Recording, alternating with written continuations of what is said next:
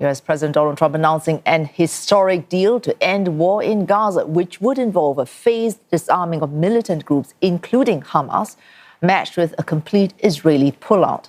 Hamas insisting any disarmament would be contingent on Israel meeting its side of the bargain. That would involve halting attacks, withdrawing troops to agreed positions, and increasing the flow of goods and aid into Gaza. A Hamas official involved in negotiations says if these conditions are met, arms will be handed over to a US-backed body set up early this year to run the enclave. Donald Trump announcing the agreement on his Truth Social platform, calling it critical for Gaza eventually being governed and administered by a new Palestinian government. Taking over security responsibilities would be a multinational coalition. The International Stabilization Force will work with the new Palestinian police force. Hamas saying that laying down arms is contingent on Israeli withdrawal. Israel yet to make an official statement, although airstrikes were reported in Gaza hours after Mr. Trump's announcement. Jagruti Dave, watching developments for CNA, and joins us live from Washington, D.C. Jagruti, this new deal, contingent Hamas laying down arms and Israel pulling out in a way that matches each with the other in a phased complementary parallel. If both are able to do that, would this be, as Mr. Trump says, an historic deal? Look, Wesu, this is a huge development, however you see it, but one that still has its challenges. If we look at what Donald Trump said in that Truth Social post, he said the agreement will be carried out in carefully structured phases. As disarmament is completed, Israeli forces will withdraw and the International Stabilization Force will work with the new Palestinian police force to take responsibility for Gaza being safe.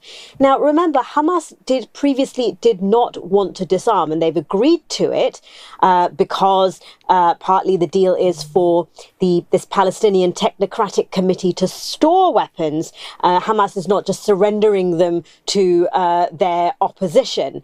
But if you listen to what that statement said by Donald Trump, it's not very clear about a timeline for when all of this is going to happen. Yes, there was international pressure for this deal to come, but it's still very unclear when all of this has happened, how all of the different pieces are going to come into play, how Israel and Hamas will sequence this, as it were. And this is anonymous briefings to reporters where they could not give an exact timeline. The Gaza police force, they said, would have the weapons in they would hand over weapons around the next 2 weeks, but there are some exceptions. Heavy weapons are not included. Most Hamas militants are not involved. This is specifically the Gaza police force, we understand. So these are just some examples to show that, yes, while this is a huge development, there are still challenges ahead. And one major challenge was, as you mentioned, sequencing. There's a whole timeline. But at the very first step, someone has to act first, whether it's Hamas removing its weapons or Israel showing that it is committed, actually pulling back sustainably from some positions. That very first step. Yes, Wesu, and that is a real problem here. Look, the 20-point the ceasefire plan calls on Hamas to surrender its weapons and destroy the vast tunnels of networks of tunnels that it has. And it's also contingent on Israeli forces removing themselves from Gaza. The creation of this new technocratic Palestinian government is also at play here, as well as the deployment of an international security force. But as you say, huge disagreements about who does what first. The other really big sticking point is Israel hasn't yet said if it agrees to the plan. It hasn't signed the deal. The people who have, the US, Turkey, Egypt and Qatar, all those mediators who worked behind the scenes to get this done.